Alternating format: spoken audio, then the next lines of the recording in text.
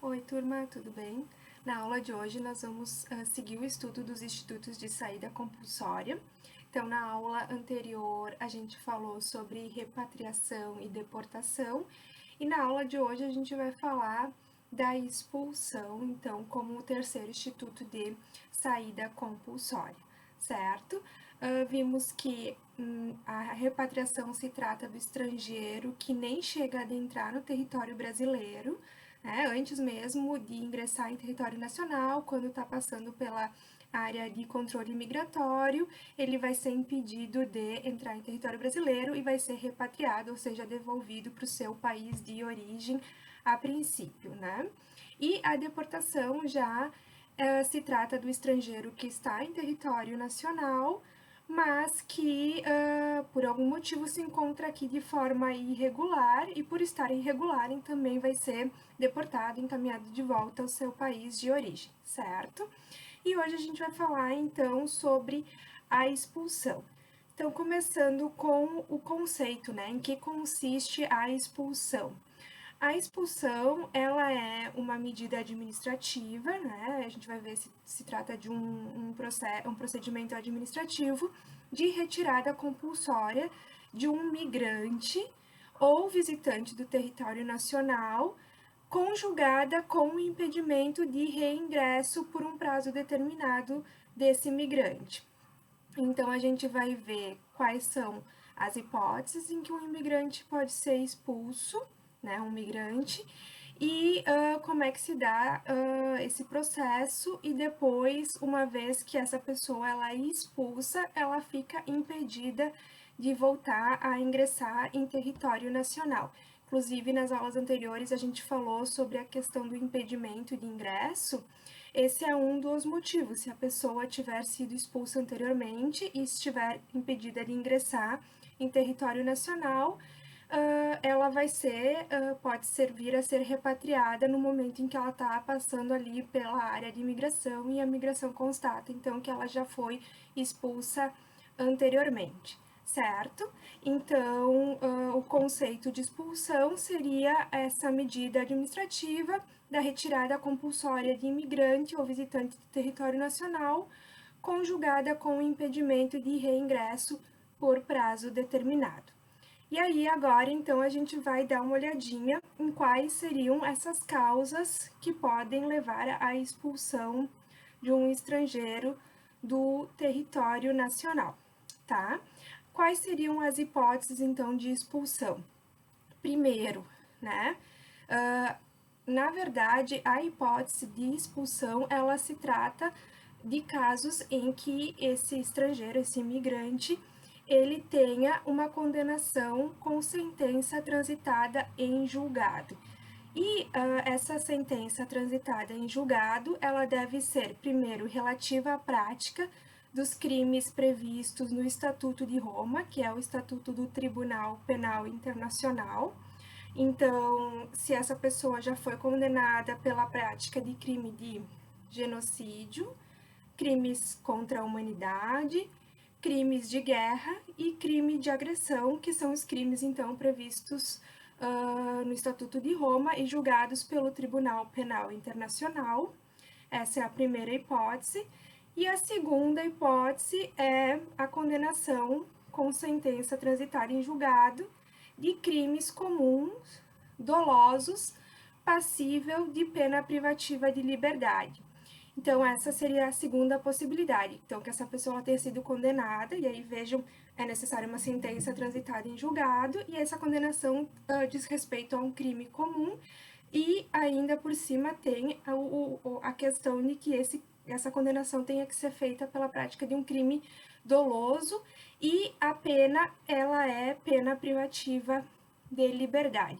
E aí, claro, consideradas a gravidade do crime praticado e as possibilidades de ressocialização em território nacional. Isso é mais comum, né, a expulsão nos casos de crimes, por exemplo, crime de homicídio, que é um crime doloso, né, grave, que é passível de pena privativa de liberdade, tráfico de drogas.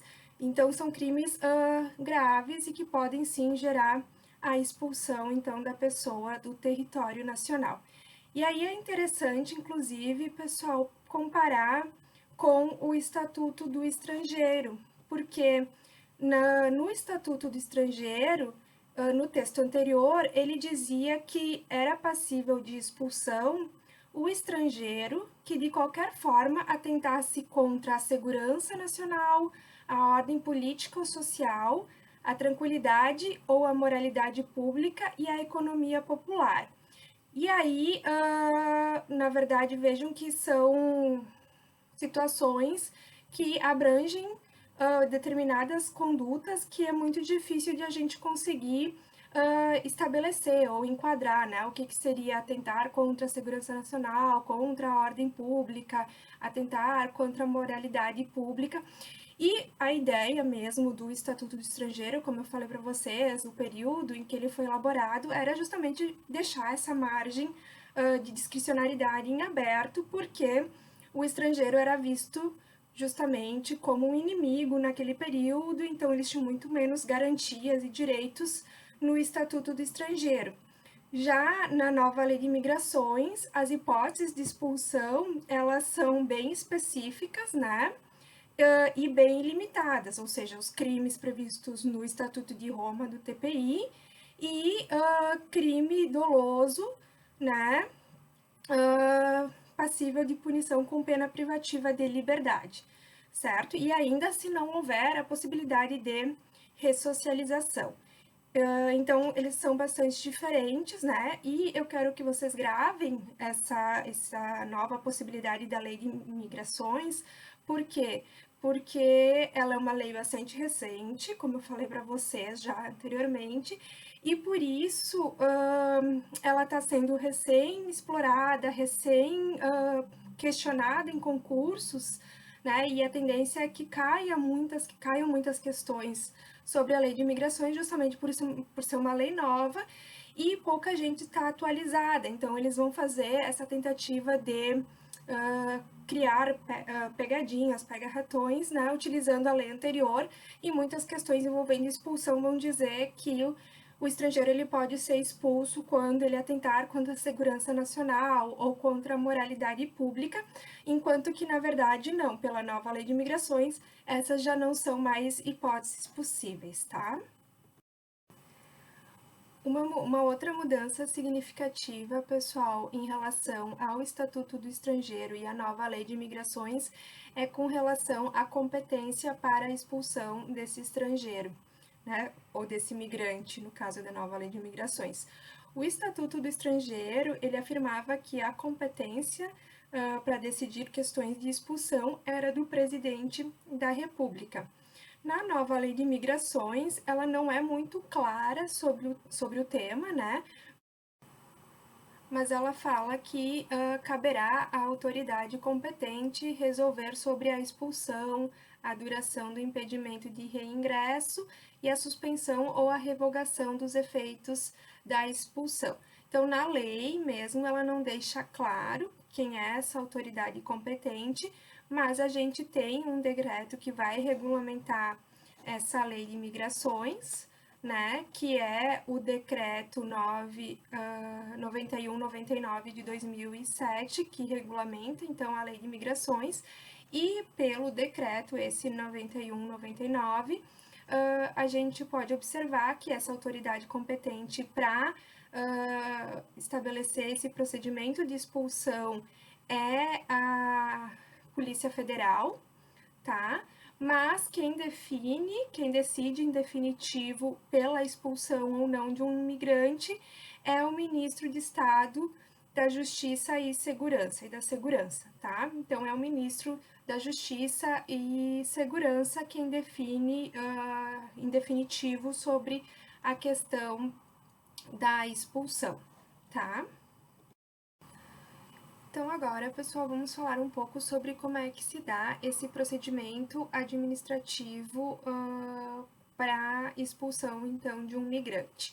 Então, como eu falei para vocês, a autoridade competente para processar, né, é a Polícia Federal, e quem tem a palavra final, a decisão final, é o ministro da Justiça e Segurança.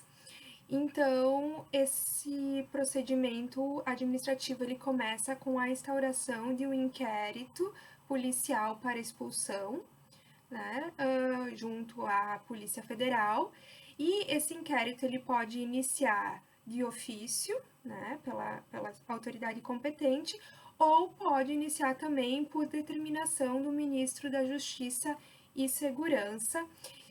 Então, claro, quando a pessoa ela se enquadra em alguma das hipóteses previstas, ou seja, ela tenha cometido algum dos crimes previstos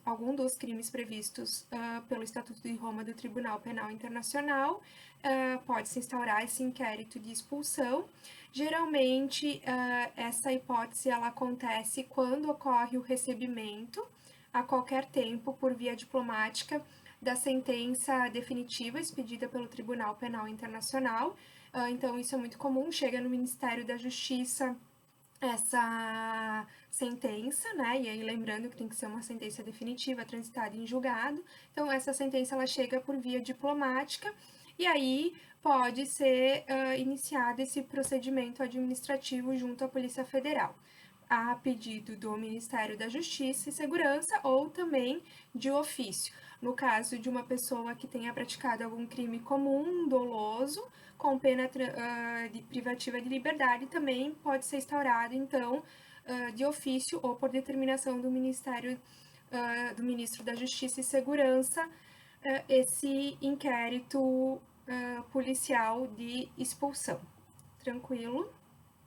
Certo? Então, depois que se instaura esse processo, esse procedimento administrativo junto à Polícia Federal, cabe então à Polícia Federal adotar todas as medidas necessárias para embasar esse inquérito policial. Então, o objetivo da Polícia Federal, no caso de um procedimento de expulsão, é colher os depoimentos das testemunhas, colher o depoimento do migrante. E aí, então, pessoal, a autoridade policial, ela instaura esse inquérito. E aí, a primeira coisa é que a parte, né, envolvida, ela deve ser notificada, então, isso vai ser feito por meio eletrônico da existência desse inquérito policial de expulsão, e ela vai ser intimada, notificada, e nesse ato de notificação tem que constar, então, quais são os fatos que motivaram essa expulsão e o fundamento legal. E aí vão ser notificados o expulsando, né, a pessoa que possivelmente sofrerá a expulsão, a repartição consular do país de origem dessa pessoa, porque provavelmente se ela for expulsa vai ter todo um procedimento, né, envolvendo a repartição consular, o defensor constituído dessa pessoa, então o advogado dessa pessoa, e a Defensoria Pública da União, que é obrigatório, a gente já falou em outros casos também, a notificação da Defensoria Pública da União. E no caso, se o expulsando ele não tiver um defensor constituído ou não vier a se manifestar nos autos, no procedimento, ou seja, ele for revel, caberá à Defensoria Pública da União a defesa desse imigrante, tá? E aí, o expulsando, né, junto com o seu advogado, eles têm 10 dias para se manifestar nesse processo administrativo, né, sobre os motivos pelos quais talvez a defesa vai ser por que ele não deve ser expulso, ou se ele se enquadra em alguma das circunstâncias que impedem a sua expulsão do país, e etc.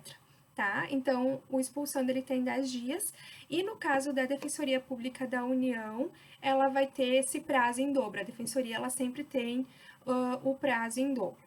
E aí se inicia, então, esse procedimento administrativo e é assegurado o contraditório e a ampla defesa. Inclusive, a lei, ela prevê que, se for necessário, deve haver um tradutor ou um intérprete, justamente para que o expulsando, que muitas vezes não fala a língua, enfim, consiga promover a sua defesa, né? Inclusive, do ato de notificação desse procedimento de expulsão, ele também vai ser informado da data e hora do seu interrogatório. Então, quando ele é notificado, ele já sabe qual é o dia e a hora em que ele vai comparecer para prestar o seu depoimento dentro do procedimento esse, tá? Como eu falei para vocês, pessoal, uma das defesas que o expulsando ele pode se utilizar é situações em que não se poderá proceder com a expulsão desse imigrante. O decreto 9199 vai trazer no seu artigo 193 quais serão as causas que vão impedir a expulsão do migrante. Então, em primeiro lugar, não poderá ser expulso esse imigrante, caso a medida configurar extradição não admitida pela lei brasileira.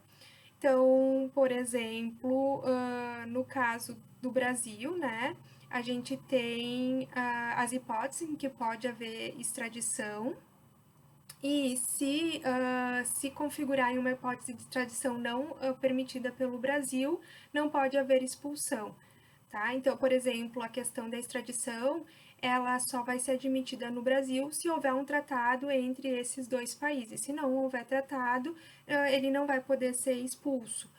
Ou no caso também de crime político, não é permitido a extradição quando se tratar de pessoa que está sendo julgada por crime político. A mesma coisa a questão da expulsão. Então, essa é uma das primeiras causas que impedem a expulsão desse imigrante. E a segunda, a mais importante, que vocês têm que saber também, é que não vai poder ser expulso do Brasil um migrante que tiver filho brasileiro, que esteja sob a sua guarda, ou dependência econômica, ou também, ainda importante, socioafetivo.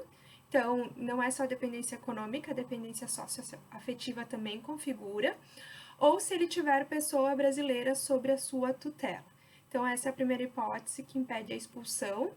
A segunda é se a pessoa tiver cônjuge ou companheiro residente no Brasil, sem discriminação alguma, então não importa se é cônjuge ou companheiro, desde que haja o reconhecimento judicial ou legal dessa situação, isso impede a expulsão. Uma outra hipótese é se esse estrangeiro ele tiver ingressado no país antes de completar os 12 anos de idade e desde que ele resida desde então no país. Então, se esse imigrante ele já vive no país desde a sua infância, né, desde antes dos 12 anos de idade, sempre morou aqui, ele também não vai poder ser expulso. A última hipótese é se a pessoa, esse imigrante, ele tiver mais de 70 anos e já esteja residindo no Brasil há mais de 10 anos. Claro, considerado a gravidade e o fundamento da expulsão também, mas então essa pessoa com mais de 70 anos e que mora aqui há mais de 10 anos também não vai ser expulsa. Então, vejam que essas são situações em que se pode utilizar em uma defesa em um procedimento administrativo de expulsão. Né? Então, a pessoa pode comprovar nesse interim do procedimento de que ela se enquadra em alguma dessas circunstâncias, ou, claro, né, se já houver o conhecimento disso antes, não caberia nem à autoridade policial, nem ao ministro da Justiça iniciar esse procedimento de expulsão, tá? Bom, e aí então, instaurado o inquérito policial de expulsão, interrogado o expulsando, tendo ouvido as testemunhas, colhidos provas, documentos, enfim, etc., ao final do procedimento, o objetivo é produzir um relatório final sobre a pertinência ou não da medida de expulsão. Então, cabe à autoridade policial fazer esse relatório, porque a decisão final vai ser do ministro da Justiça e Segurança. Então, ele vai fazer esse relatório final, opinando, né, pela pertinência ou não da medida de expulsão, com o levantamento de subsídios para a decisão, então, do ministro da Segurança e Justiça, e aí vai constar, né, nesse relatório final, elementos acerca da existência de condição de inexpulsabilidade. Então, por exemplo, se esse expulsando ele se encontra em algumas dessas situações que eu mencionei para vocês anteriormente. Uma outra questão também que deve constar no relatório é se existe a possibilidade de medidas de ressocialização, né? Se houver execução de pena. Então, se existe essa possibilidade de ressocialização, também não é indicado a medida de expulsão. E, por fim, também, dentro desse relatório, deve constar elementos acerca da gravidade do ilícito penal cometido. Porque, então, só vai ser expulso aquela pessoa que tiver uma sentença transitada em julgado, cumprimento de pena privativa de liberdade, mas tem mais esses dois elementos, que é não há possibilidade de ressocialização e o ilícito é muito grave a ponto, sim, de se determinar uma expulsão. Tá? Bom, aí esse relatório ele vai ser encaminhado para o ministro da Justiça e Segurança, que vai então dar o parecer final sobre a expulsão ou não, tá? Uma vez que é determinada a expulsão desse estrangeiro, cabe ainda uma possibilidade de pedido de reconsideração por parte do expulsando, então ele vai ter um prazo para recorrer dessa decisão. Esse prazo vai ser de 10 dias, tá? E caso seja mantida a decisão, né, passou os 10 dias, caso seja mantida a decisão, então vai se proceder à expulsão, ou se não houver nenhum recurso, né, passou 10 dias, também vai ser procedida essa medida de expulsão. E é importante falar que nessa decisão final tem que o ministro da Justiça e do Estado, então, ele vai estabelecer quais são os fundamentos, né, dessa decisão, e também vai estabelecer qual é o período de tempo em que essa pessoa fica impedida de reingressar em território nacional, porque essa é uma dos elementos da expulsão. A pessoa ela fica impedida de voltar para o Brasil. E aí a lei ela não estabelece exatamente qual é esse prazo que a pessoa ela deve ficar impedida de retornar para o Brasil. O que a lei ela vai dizer, o regulamento vai dizer, é que esse prazo ele tem que ser proporcional ao tempo da pena, né? Então, mais ou menos o tempo que a pessoa teria que cumprir essa pena seria o tempo que ela ficaria impedida de voltar ao território nacional, mas nunca pode ser um período maior do que o dobro do que seria a pena que ela deveria cumprir. Então, se a pessoa tem uma pena de 5 anos, ela nunca poderia ficar impedida de retornar ao Brasil por um período maior que 10 anos, tá? E esse prazo ele inicia a partir do momento em que essa pessoa ela deixa o país. Então, a partir da data da saída, passa a contar o tempo em que ela fica impedida de retornar para o território nacional. Uma outra coisa importante de comentar, pessoal, é que o fato de haver um procedimento de expulsão não impede que esse expulsando ele saia do país. E uma vez que ele saiu, isso será considerado como uma saída voluntária dessa pessoa e não vai suspender o processo de expulsão. O processo de expulsão continua correndo, né? E se considera que essa pessoa ela tenha decidido sair voluntariamente do país, e claro, se esse processo de expulsão no final for considerado aceito, né, e determinado período que ela fica proibida de reingressar no país, ela não vai conseguir mais retornar para o país. E também, uma vez que ela saiu voluntariamente do país, também muitas vezes ela não vai conseguir participar das diligências, interrogatórios, e ela pode ser considerado um expulsando revel, tá? Mas isso é uma decisão da pessoa. O que eu quero dizer é que ela não fica impedida de deixar o país se ela quiser, enquanto estiver correndo esse procedimento administrativo.